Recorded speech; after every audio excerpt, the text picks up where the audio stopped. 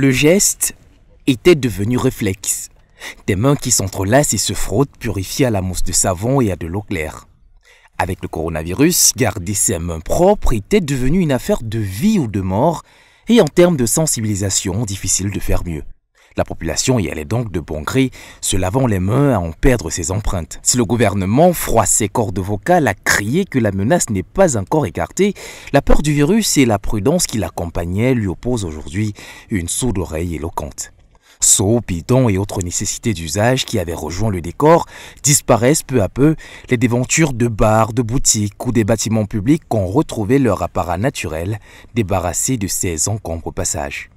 Quelques rescapés restent tout de même en place, mais désormais, orphelins d'eau et de main, plus de visiteurs ne passent par là. La journée du 15 octobre, consacrée mondialement au lavage des mains, vient apporter sa note de sensibilisation à l'importance de garder ses mains propres. Un écho qui, fort heureusement, sonne fort et vrai chez les jeunes pousses qui s'en donnent encore à cœur joie. Les plus grands, eux, mauvais élèves, ont relégué le rituel à sa plus simple expression. Dorénavant, on s'y soustrait seulement pour sacrifier sans ennui à un rituel au goût, comme qui dirait, plus intéressant.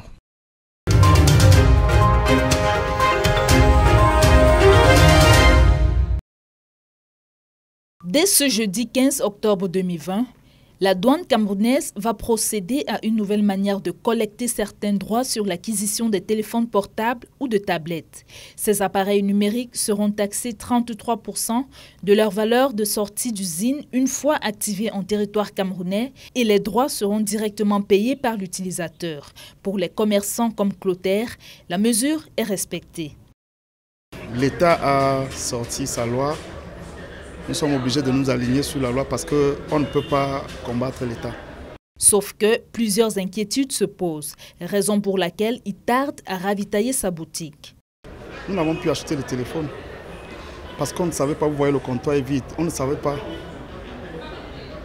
comment ça va se passer. On n'avait pas vraiment des informations réelles. On avait seulement l'annonce que désormais les téléphones doivent se dédouaner sur le territoire, tous les téléphones qui ne sont pas utilisés dans le territoire camerounais, quand ces téléphones vont arriver, il faudrait payer 33% du prix d'achat à l'origine. Étant donné que les appareils sont importés de différents pays, il s'avère difficile d'être fixé sur une certaine mercuriale. Nous prenons les téléphones en Europe, nous prenons les téléphones à Dubaï, nous prenons les téléphones en Chine. Tous ces téléphones où on les prend n'ont pas les mêmes prix. Quelle est la formule que l'État met sur pied? Quelle est la mercuriale qu'il met sur pied pour nous dire que tel téléphone doit être dédouané à tel prix parce que vous avez acheté à tel prix? Aussi, les téléphones vendus ici pour la plupart sont d'occasion. Un téléphone d'occasion ne peut pas avoir le même prix vendu qu'un téléphone neuf. Comment ça va se passer avec le téléphone d'occasion? Tu achètes un téléphone d'occasion moins et tu le dédouanes à prix du neuf.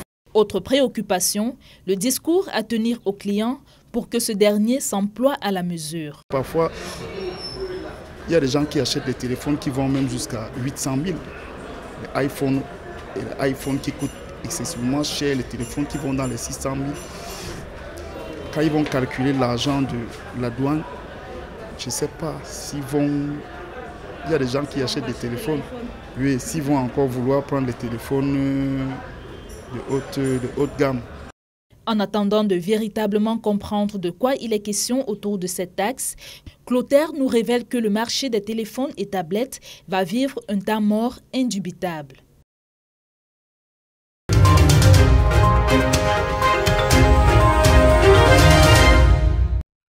Le plan est tout tracé, décongestionner la pénétrante est de la capitale économique pour assurer la fluidité du trafic sur le long du tronçon, avant le grand rendez-vous sportif annoncé sur le sol camerounais. Sur le chantier de construction devant favoriser l'accès au stade Japoma, l'un des joyaux architecturaux qui attend impatiemment la prochaine Coupe d'Afrique de Nations, les employés bravent les intempéries pour être présents sur les lieux. Le délai presse sans doute, mais le rythme des travaux semble toujours piétiner. Les entreprises adjudicatrices marquent ça et là leur présence à travers engins et panneaux. L'on a appris une fois sur place que la société canadienne spécialisée dans le BTP, McGill Construction, est appelée en renfort pour prêter main forte à Razel. L'urgence est signalée. Même si à l'observation, c'est une seule société qui se démarque, à 4 mois du championnat d'Afrique des Nations, c'est un coup d'accélérateur qu'entend apporter le gouvernement pour voir le Cameroun jouer dans les délais à travers cette reprise des travaux. 16 janvier, c'est une date si proche, mais qui peut aussi être si loin. À date, la situation exacte du niveau d'avancement des travaux, c'est au lieu dit, première entrée Cogefar. La route paraît donc encore longue pour voir la fluidité dans la circulation du côté de l'entrée est de la ville de Douala. En attendant, ici, le quotidien des usagers, c'est circulation alternative, croisement difficile, stationnement interdit. La deuxième phase des travaux entamés depuis 2019 roule lentement, tandis que la Coupe d'Afrique des Nations, elle, s'approche rapidement.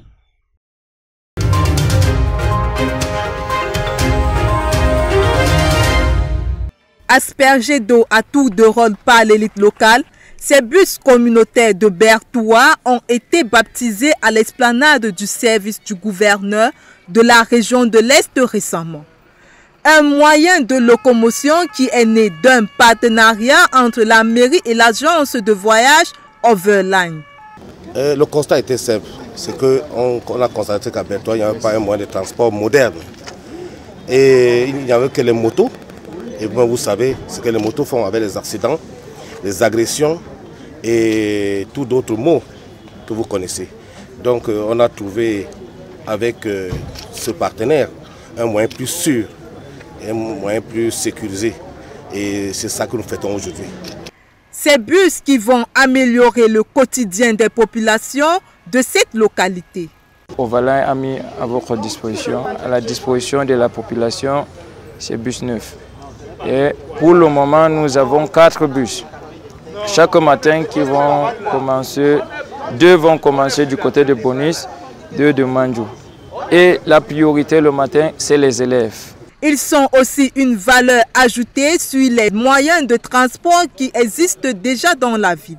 Les bus viennent apporter une offre de transport, une offre supplémentaire, une offre complémentaire. Donc, dans une société moderne, la règle, c'est que le citoyen doit avoir le choix. Ces autobus de 34 places ont été inaugurés par un tour de ville en cortège, histoire de présenter à la population le nouveau bijou dont dispose la capitale du soleil levant. Il faudra donc se munir de la modique somme de 100 francs pour pouvoir bénéficier des privilèges qu'offrent ces engins flambant neufs.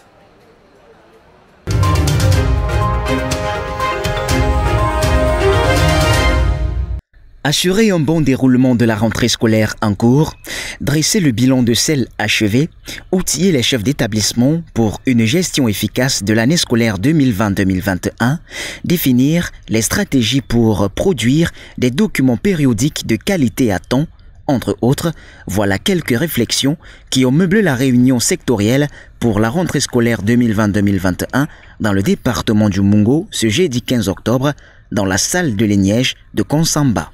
Présidé par Ondombo Nyamsi, premier adjoint préfectoral, plusieurs agents d'appui à l'éducation ont également été présents à cette grande messe. Cette année, nous avons une diminution d'1 mois et on ne peut pas rattraper. Le mois là est déjà perdu. Donc les enseignants, un conseil aux enseignants, d'être très vigilants. Sinon, ils risquent de ne pas épuiser le programme.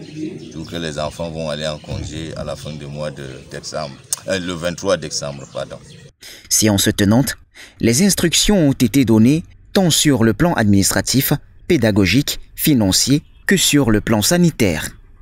À la fin de l'année scolaire 2019-2020, malgré la perturbation de la crise sanitaire, mais nous sommes allés jusqu'à la fin, les enfants ont composé et nous avons retenu des pourcentages que nous allons améliorer pour le compte de l'année scolaire 2020-2021. Sur le plan financier, il faut assurer la sécurité des fonds des examens officiels. Cette année scolaire est assez particulière avec ses défis colossaux. Toute la batterie des enseignements est active pour une réussite de cette année scolaire 2020-2021.